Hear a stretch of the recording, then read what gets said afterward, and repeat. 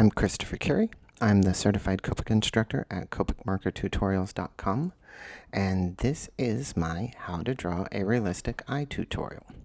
Okay, so right here at the outset, I'd like to take a minute to explain how this tutorial is set up. So when you downloaded this video, you also got a step-by-step book. Now I'm going to be using those two materials for very different things.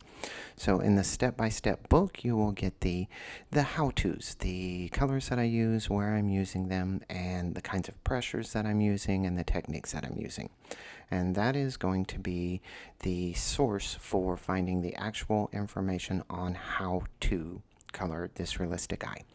Now, with all of that taken care of in the book, what it allows me to do in this video is talk about larger artistic concepts and principles, and talk about the kind of theoretical aspects of making this kind of work. And so between the two of them, it really gives an opportunity to create a kind of holistic tutorial that really covers both the manual how-to aspects and the intellectual aspects of creating a work like this.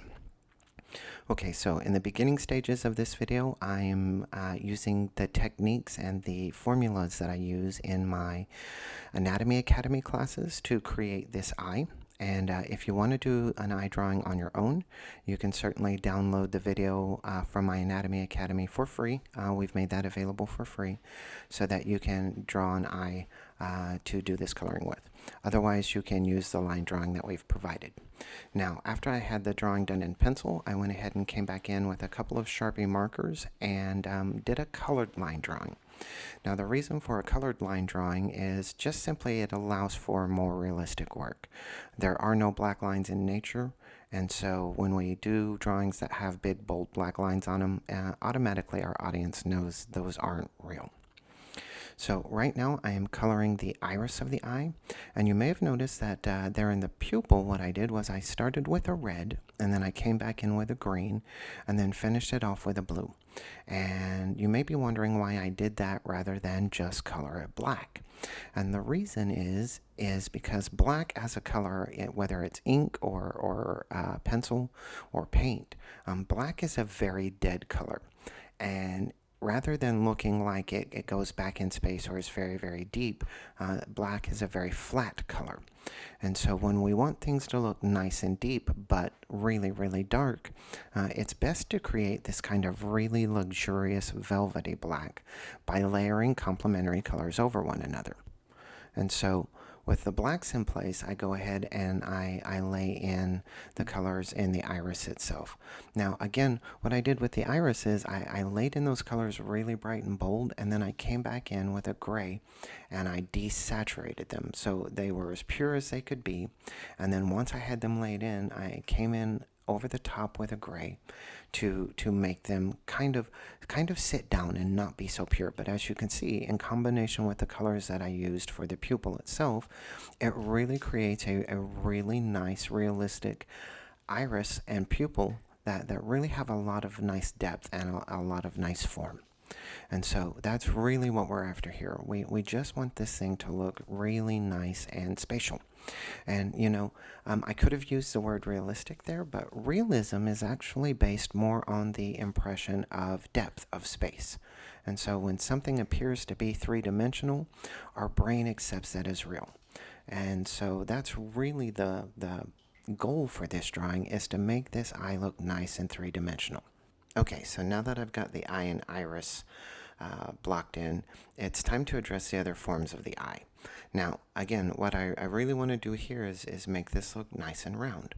But rather than go with a light-dark color scheme, that is, use lighter values in my lighter areas, and then where the forms start to recede, use darker values, I'm going to go with a warm-cool color structure. And in a drawing like this, especially with skin, warms and cools are almost always the better approach. Now, the theory behind warms and cools is that cooler colors tend to look further away, while warmer colors tend to look closer to the viewer. So Where I want that eyeball to curve back, I'll use a cooler gray, and in a later step here, I'll even use a little bit of purple, a very light. And those cool colors are going to help me create the illusion of form without having to resort to a really heavy light and dark pattern. And so warms and cools in skin and in lighter objects are almost always the better way to go when you want to create that sense of form. Now that I have the basic forms of the eyeball itself laid in, it's time to really address the skin around the eye. And so what I'm doing here is I'm coming in and I'm laying in a really rough, nearly abstract texture. It's almost a crosshatch. And that's in a slightly darker color than the colors I'm going to put over the top. And so what it does is it sits under the surface of the other colors and it looks like the texture under the skin. Now there's no reason to go crazy here. You don't have to be really specific with these marks or try and make a super hyper detailed skin texture. Just the fact that there's a different texture under these additional layers is going to give the right impression. Now by all means, if you're the type that really enjoys making super intricate patterns, this is the perfect opportunity to do that. But it's not necessary, and so I don't want you to feel constrained by the idea that you need to make really detailed marks. The other thing that's really important to realize is there is no way that you're going to be able to mimic the kind of marks that I made, and it's not necessary that you do. So don't get hung up here. Don't feel like you have to try exactly to make the same kind of marks in the same places as I did, because it's just not necessary. We just want that texture to kind of sit under that surface. Okay, so again, pretty much the coloring process here is really straightforward. And all of the how-to aspects are covered in the book. So I want to talk just a few minutes about the similarities between Copics and colored pencils. Now, a lot of people think that those are very different materials, and theoretically they are, but they operate very much the same. So wax is naturally slightly transparent, and so colored pencils aren't an opaque medium, and there's plenty of opportunity for layering. Now, usually when you're dealing with colored pencil work, there is a limit to how many layers you can do based on the kind of paper that you're using. If you think about paper kind of as a micro rough surface, like if you got up on with a microscope, you could see that it's actually a really rough surface, but it doesn't look like that to the naked eye. And that really rough surface is where your colored pencil pigment gets held. But at some point, you actually fill in all of that tooth, and your colored pencils won't put on any more layers. So the layering that I'm doing here isn't too extensive, so you're going to be able to do exactly all the same layers that I'm using in exactly the same order. And so you're going to be able to create a colored pencil work that in the end is going to look like a marker drawing just by following along step by step. Now for your colored pencil users, there is a new workable fixative out there by a company called Brush and Pencil, and it was specially formulated for colored pencils by a really talented colored pencil user. And it's formulated so that you can virtually apply as many layers as you want. And so you can do a layer, you can lay the fixative over, and do another layer just pretty much to infinity. And so that's a product by Brush and Pencil, and I'd highly recommend you take a look at it so that I think your work is really gonna change once you're able to put on as many layers as possible. Okay, so now I want to talk a little bit here about my use of the colorless blender. The colorless blender is basically a solvent, and it's the solvent that all Copic markers use. And so with alcohol markers, it's really nice to be able to lay in colors and then go back in with the solvent, with the blender, and lift and lighten those colors to create various effects. Now, you may think that this effect isn't very achievable if you're a colored pencil user, but honestly, that's simply not the case. Colored pencil users can use Copic Marker's colorless blending fluid, or funny enough, you can actually go to your local liquor store and pick up a small bottle of Everclear 100 proof alcohol, and that will do it as well. But my favorite solvent for colored pencils is actually odorless mineral spirits, and you can pick that up in any hardware store, and it works just like a colorless blender.